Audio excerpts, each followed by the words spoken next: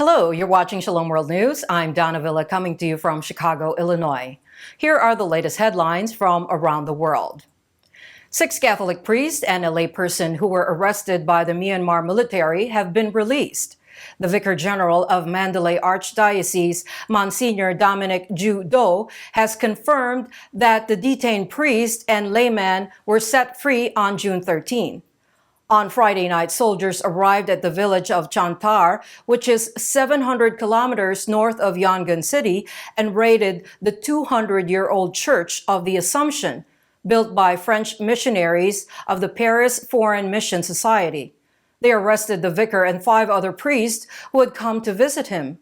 Father Dominic told Fides News Agency that when the soldiers told one of the priests to take off his habit, he objected without caring for the consequences. And finally, the soldiers relented. Meanwhile, the bishops in Myanmar have requested the military junta to spare religious institutions and schools in conflict-hit Kaya state for shelling and bombings as civilians take refuge in them. In Eritrea, where Catholics are a minority, the bishops have voiced their indignation over the government acquisition of church-run institutions. The Catholic Church has been targeted for years, and there are accusations of the forcible takeover of the church institutions, such as schools. In the latest incident, kindergartens and primary schools of Catholic missionaries were either forcibly acquired by the government or closed down. They were the last remaining church-owned educational institutions in the country located at the Horn of Africa. In a letter addressed to the education minister, the bishop said they are deeply saddened by the government measures. The prelate said the church will never relinquish its legitimate claim over institutions that have been taken over. In 2018, the government had confiscated church schools, triggering global condemnation. Prefect of the Congregation for the Evangelization of Peoples, Cardinal Luis Antonio Tagle, has been given another key responsibility by Pope Francis.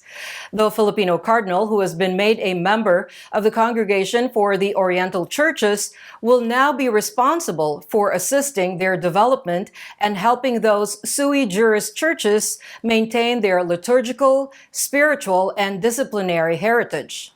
Earlier in February, the Cardinal was also named a member of the administration of the Patrimony of the Apostolic See. The Congregation for the Oriental Churches is headed by a Cardinal Prefect and includes 27 cardinals, 1 archbishop, and 4 bishops who serve a 5-year term. The Archdiocese of Brisbane in Australia has appealed to the faithful to protest against the state of Queensland's bid to legalize assisted suicide. The Archdiocese has urged believers to write, call, or meet their respective parliamentarians ahead of the voting likely to be held in September. The Brisbane Archdiocesan authorities have already sent information packets to parishes providing details on how to email or arrange face-to-face meetings with local lawmakers to discuss the issue. It also includes informative articles and fact sheets about proposed legislation. Earlier, Archbishop Mark Coleridge of Brisbane, doctors and Catholic hospitals had started a campaign urging the Queensland government to spend more on palliative care services. In Mexico, a Franciscan priest was killed in a shootout between drug traffickers on Saturday, June 12. Father Juan Antonio Orozco Alvarado was shot while he was on his way to offer Mass at the village of Tepehuana de Pajaritos. He was serving as the vicar of Santa Luca de la Sierra Parish. The 33-year-old priest and some members of the community who were going to attend Mass with him were caught in the gunfight between members of the Jalisco Nueva Generacion cartel, or the CJNG, and the Sinaloa gang. In a statement, the bishops of the nation expressed hope that Our Lady of Guadalupe, the patroness of Mexico, will heal the suffering of people and restore peace and justice. The prelate said Father Juan was a victim of violence that marks the nation.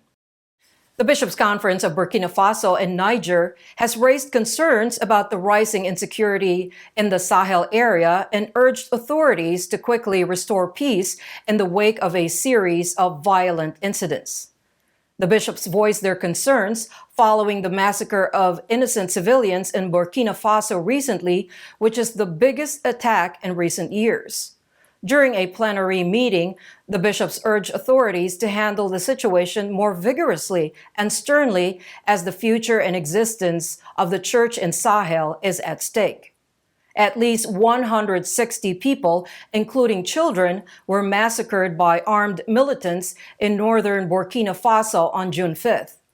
During the Angelus prayer the following day, Pope Francis prayed for the victims of the killings and expressed his closeness to them. The Archdiocese of Paris has launched an appeal seeking to help restore the interior of Notre Dame Cathedral, a Gothic architectural wonder, after it was damaged extensively in a devastating fire in 2019. In a statement published on June 14th, the Archdiocese has stated that the multi-million-dollar appeal is aimed at reopening the cathedral, which is a national symbol and one of the country's major tourist attractions, in line with the 2024 Paris Olympics. While the French government is responsible for restoring the structure, the church is tasked with renovating the interior.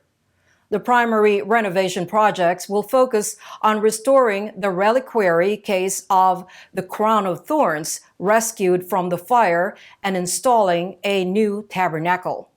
The initiative is expected to cost 5 to 6 million euros, which is equivalent to $6.1 to $7.3 million.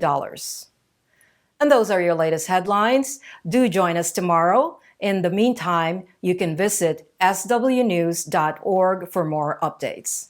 Shalom.